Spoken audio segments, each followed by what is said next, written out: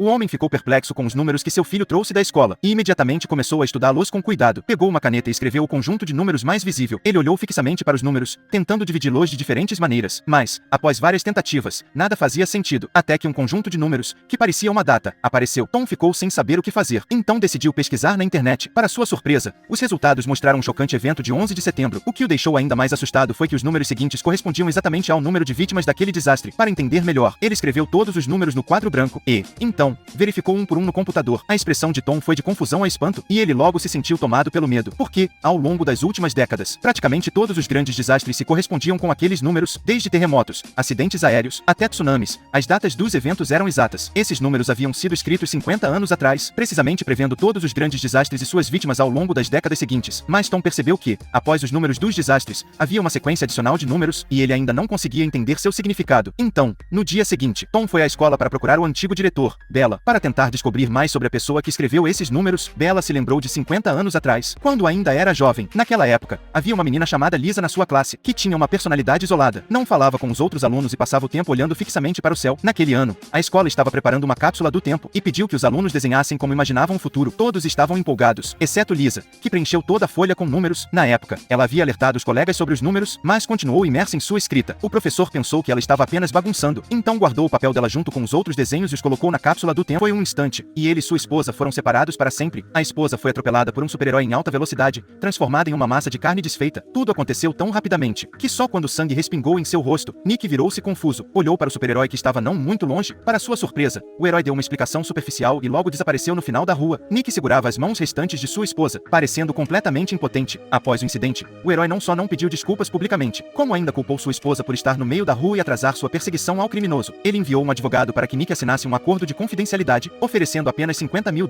de compensação. Nick gritou de raiva e mandou o advogado embora, achando que jamais poderia se vingar de sua esposa. Mas, logo, a situação tomou uma reviravolta. O agente federal Tom encontrou Nick e revelou que aqueles chamados super-heróis costumavam matar centenas de civis inocentes todo ano, mas sempre eram encobertos pelo grupo Vought. Para expor a verdade, ele, usando o pretexto de um acordo de confidencialidade, instalou um dispositivo de escuta na empresa Vought. Depois de passar pela segurança, Nick chegou à sala de reuniões da empresa, onde Thomas e o advogado já o aguardavam. Thomas, com quem Nick tinha uma dívida de sangue, ainda tinha o mesmo semblante de quando atropelou sua esposa. Mas, agora, Nick precisava se controlar. Antes de assinar o acordo, Nick pediu para ir ao banheiro. No banheiro, ele retirou o dispositivo de escuta escondido na capa de seu celular. Mas, sem querer, o dispositivo caiu. Nesse momento, uma mulher entrou, mas felizmente ela não percebeu nada. Após ela sair, Nick rapidamente pegou o dispositivo e saiu. O que Nick não imaginava era que tudo isso estava sendo observado pelo homem invisível. Quando Nick foi assinar o acordo, ele escondeu o dispositivo sob a mesa, cumprindo sua missão com sucesso. Nick sentiu uma grande excitação, mas o que ele não sabia era que Tom só o havia usado. E agora